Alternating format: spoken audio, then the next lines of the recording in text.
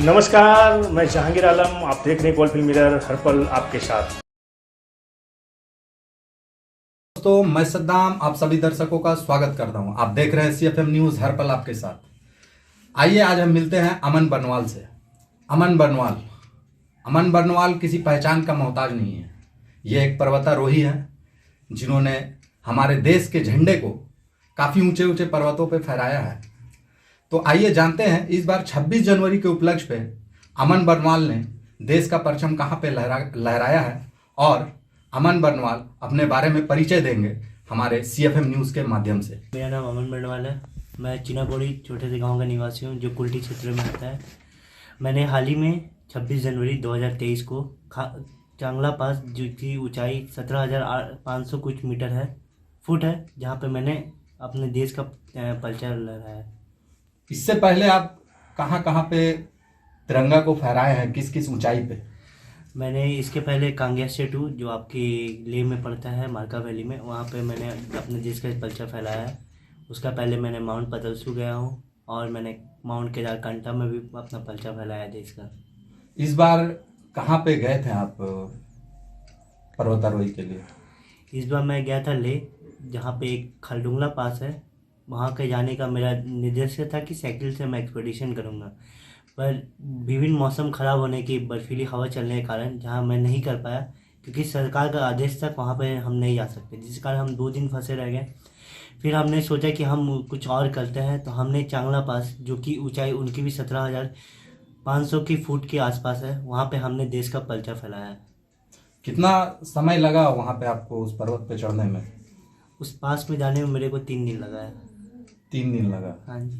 ऐसे नॉर्मली उस पर्वत में अगर चढ़ने के लिए कितना समय लगता है, सिर्फ चढ़ने के लिए, उस ऊंचाई को तय करने में? नॉर्मली चढ़ने में भी कई दिन लगते हैं, पर हमने हमारे ग्रुप में जो हमारे विपिन सर थे, प्रताप सर थे, उनके सपोर्ट से मैंने 3 दिन में वो चीज़ किया है।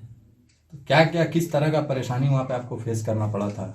वहाँ की सबसे बड़ी परेशानी थी बर्फ़बारी, और वहाँ माइनस टेम्परेचर, क्योंकि मैं उस टेम्परेचर के हिसाब से मेरा बॉडी एक्लिमेटाइज नहीं था। वहाँ का टेम्परेचर -30 डिग्री के आसपास रहता है, जहाँ पे हड्डी गला देने वाली ठंड पड़ती है।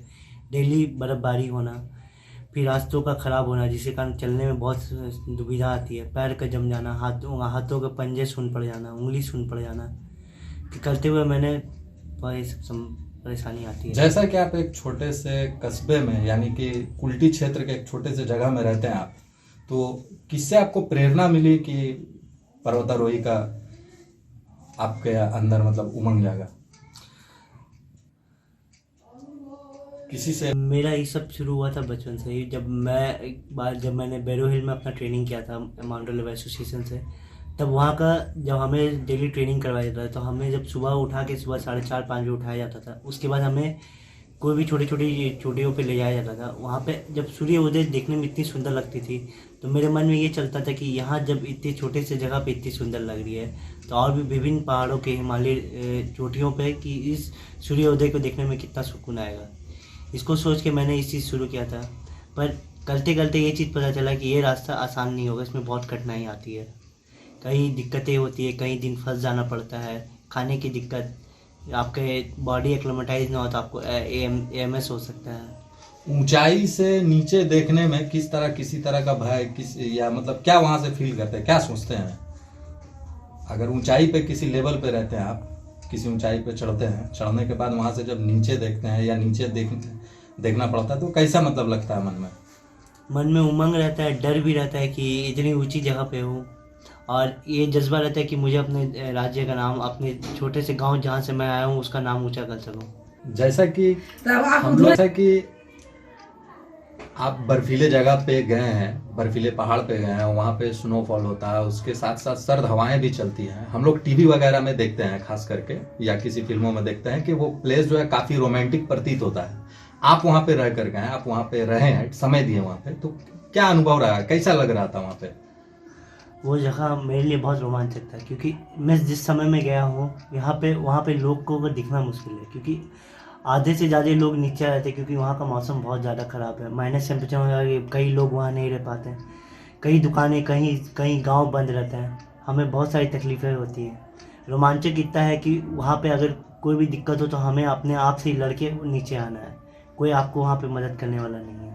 ये चीज़ मन में ठानना पड़ता है और ये चीज़ सोच के ही जाना पड़ता है। रोमांचक बहुत ज़्यादा है वो चीज़। बहुत ऐसा कपल्स जो हैं वो घूमने के लिए खास करके बर्फीले जगहों पे जाते हैं, ठीक है, बहुत ऐसा फैमिली है टाइम एक्सपेंड करने के लिए। तो आप वहाँ पे एक पर्वतारोही बन करके गए हैं, तो आपको क्या लगा वहाँ पे, मतलब कि वो रोमांस का जगह है या फिर खतरनाक जगह है, क्या है? देखिए, रोमांस और मनोरंजन अलग जगह है। आप वो जिस लेवल पे जाते हैं वो कुछ ऊंचाइयों के नीचे रहते हैं। अब मैं जिस ऊंचाइयों में जाता हूँ वहाँ पे रोमांस ये सब कुछ नहीं होता है। वहाँ हर एक दिन आपके लिए एक जंग की तरह है। आपको लड़ना है, करना है और वापस आना है और अपने देश का परचम या झंडा लहरा के आना है।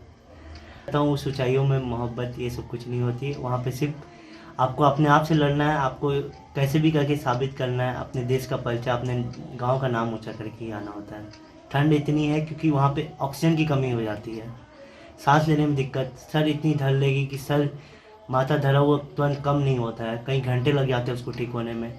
बॉडी में पानी की कमी, ओठ सूख जाना, मुंह सूख जाना, हाथों का फटना, नाक का स्किन फट जाना क्योंकि सॉफ्ट स्किन है, और बहुत सारी तकलीफें होती हैं।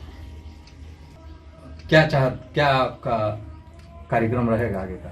आगे मेरा प्लान है कि मैं मार्च में एक आपका रसिया के पिक माउंट एल्ब्रस उसको क्लाइंब करना चाहता हूँ। बस आपका प्यार, आपका सपोर्ट मुझे चाहिए जिसकी वजह से मैं वो कर सकूँ। बस आपसे यही निवेदन है मेरा। सही, इस सब के दौरान आपका आर्थिक समस्या भी आती होगी, उससे कैसे मैनेज करता है? आर्थिक समस्या आती है तो हाँ, मेरे माँ बाप और मेरे माँ का बहुत श्रेय है, उनके सपोर्ट से ही मैं ये चिप्स कर रहा हूँ। आगे सरकार से मैं निवेदन है कि मुझ पर भी थोड़ा ध्यान दिया जाए कि मैं आगे और भी अपने देश का परचम लहरा सकूं।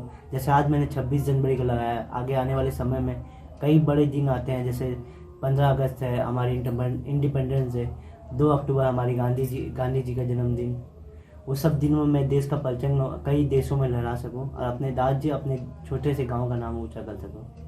आने वाले यूथ को क्या मैसेज देना चाहेंगे एक पर्वतारोही के हिसाब से?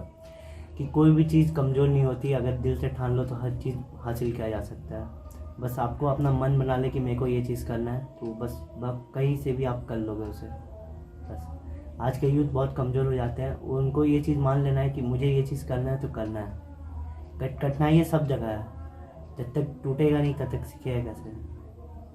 बेटा अमन बर्नवाल एक पर्वतारोही है, तो वो काफ़ी जगहों पे जाता है, काफ़ी ऊंचाइयों को तय करता है, तो कहीं से भी आपको मतलब एक दिल में भय, क्योंकि आप एक माँ हैं, तो दिल में मतलब भय या खुशी क्या रहता है मन में आपका? मेरा नाम संगीता बर्नवाल है, मेरा बेटा अमन बर्नवाल जो माउंटेनिंग बहुत दिनों से कर रहा है। तो इसका जज्बा है कि मतलब हम माउंटेनिंग करूँ और अपने देश राज्य का नाम रोशन करूँ। लेकिन हम लोगों की मतलब बहुत, हम लोग मध्यम वर्ग परिवार से हैं, तो सपोर्ट जब तक नहीं मिलेगा तब बच्चा आगे बढ़ नहीं सकता है। लेकिन जब माउंटेनिंग में जाता है ना, तो हम लोगों का पूरा मन एकदम विचलित हो जाता है। हम लोग से बातचीत जब बंद हो जाता है, जब जाता है तब 6 दिन 7 दिन 8 दिन बात बंद नहीं होती, मन में पूरा डर समाये रहता है, क्योंकि पर्वत तो कभी अपना होता नहीं है। स्नोफॉल, बर्फबारी, इतना डेंजरस हवाएं चलती है, लेकिन सबको उसको एक करके इसका जज्बा है कि मैं जाके वहाँ पे तिरंगा लहराऊंगा। तो डर तो बहुत लगता है, लेकिन काम करता है बहादुरी का। आने के बाद बहुत खुशी मिलती है, लेकिन जब जाता है तो हम लोग बहुत मतलब जा रहा है उस टाइम गर्व महसूस होता है आपको अपने बेटे? गर्व महसूस होता है जब आता है, तब जब घर आता है तो बहुत खुशी होता है। गर्व की बात है कि यह हर जगह हिमालय की चोटियों को तिरंगा लहराना है और आगे बढ़ना, लेकिन थोड़ा सपोर्ट भी होना चाहिए ना। और हमें गर्व भी होता है कि ये अपना देश का नाम रोशन कर रहा है और आगे भी करे, कुशल ज़्यादा अच्छा रहता है। एक पर्वतारोही है, आप उनके पिता हैं, किस तरह का सहयोग रहा है उसको ऊंचाई का जो लक्ष्य है उसका तय करने में? हम लोग का आशीर्वाद उसके साथ में है और हम लोग हमेशा चाहते हैं कि कुछ ऐसा काम करें ताकि हम लोग का चीनापुरी का नाम कुल्टी आसनसोल के पूरे देश में रोशन हो। और यही जज्बा और यही उपलब्धि जो है बेटा आगे धीरे करके लेके जा रहा है। क्या आश्वासन देते हैं जब वो घर से निकलता है किसी ऊंचाई को तय करने के लिए? हम लोग सेवा देते हैं, और हम लोग के पास में तो कुछ है नहीं। हम लोग बोलते हैं कि बेटा देखो ऐसा काम करो जिससे हमारा एरिया का नाम जो है तुम्हारे नाम से लिखा जाए, लोग जाने कि अमन बर्नवाल का गांव है, ये अमन बर्नवाल ही चीनाकुड़ी में रहते हैं जो माउंटेनियर है, तुम्हारे नाम से जाने, और तुम ऐसा काम करो जिससे लोगों को फख्र हो तुम्हारा नाम लेने से। आने जाने के लिए या इसके सफर के लिए जो खर्च आता है तो किस तरह से उसको मैनेज करते हैं आप? बहुत दिक्कत है। हम ईसीएल में भी गए थे, डीपीएस में भी गए थे, और आसनसोल चैम्बर में भी गए, न्यामतपुर चैम्बर में भी गए, बड़ाका चैम्बर में गए, फिरोज खान जी के पास में गए, विभिन्न तरह का, मानकर आप एक दो नहीं, लगभग बहुत जगह गए मांगने के लिए। हर जगह कटोरी लेकर के मांगने गए कि भाई थोड़ा हमको सहयोग कीजिए, बेटा आगे बढ़ना चाह रहा है, लेकिन किसी ने सहयोग नहीं किया। और हम धन्यवाद देते हैं आसनसोल दुर्गापुर पुलिस कमिश्नर साहब को, जिन्होंने हमेशा हमको सहयोग दिया है। इस बार भी नहीं तो कुछ भी जो है वो सहयोग जरूर किए हैं, और उनका हाथ से जो है थोड़ा सा बच्चा मेरा आगे बढ़ रहा है। आगे क्या अपेक्षा करते हैं यहाँ के लोगों से या यहाँ के जो माउंटेनिंग के बारे में लोगों को खास दिलचस्पी नहीं है, और सबसे बड़ी बात है कि हम लोग का भारत सरकार के पास में जो खेल कूद कोटा वगैरह होता है उसमें माउंटेनिंग बोल करके वर्ड ही नहीं है। तो यहाँ पर जितने लोग व्यवसायी हो या नेतागण हो, उन लोगों को माउंटेनिंग शब्द जो है उनको पता ही नहीं है कि माउंटेनिंग हुआ क्या। कल ही किन्हीं से हम बात कर रहे थे, एक बड़े ऊंचे अधिकारी हैं, बोले भाई माउंटेनिंग हुआ क्या भाई, वो तो गया जस्ट पहाड़ पे चढ़ा उतरा, उसमें करना क्या भाई, वो तो बहुत लोग भी कपल लोग भी जाते हैं। तब इस तरह से मैंने लोगों को जानकारी नहीं है कि माउंटेनिंग है क्या। और हम आपके मार्फत से हम समाज में कहना चाहते हैं कि जिन लोगों को माउंटेनिंग के बारे में जानकारी इस तरह का है, वो एक बार बेटा के साथ में 20,000 22,000 फुट का ऊंचाई पर चढ़ करके देख लें, उनको जमीन और आसमान के बारे में मालूम हो जाएगा।